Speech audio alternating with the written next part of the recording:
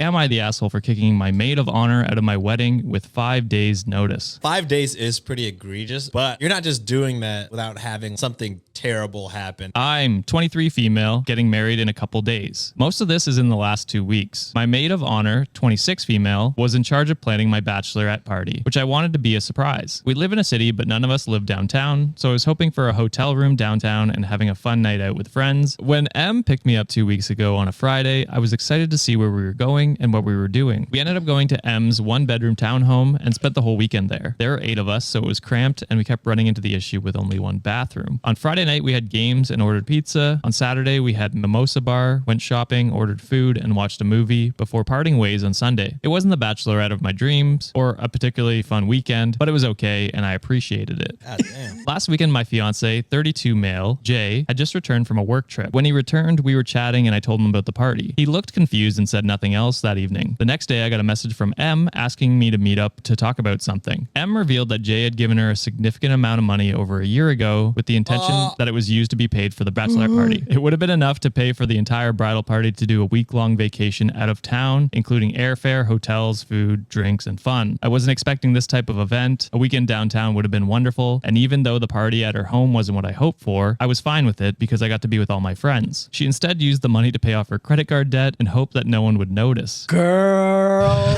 I told her I need some time to process and went home. After talking with Jay about it, I decided that the best action would be to remove her from the wedding. I came to this decision because I don't feel like I can trust her, and I don't want her standing there next to me at my wedding. I slept on it overnight and sent her a text saying this on Monday morning. Since then, I've been getting texts from her mom and boyfriend telling me how awful I am for doing this, and that I didn't need a big party and M was able to financially benefit.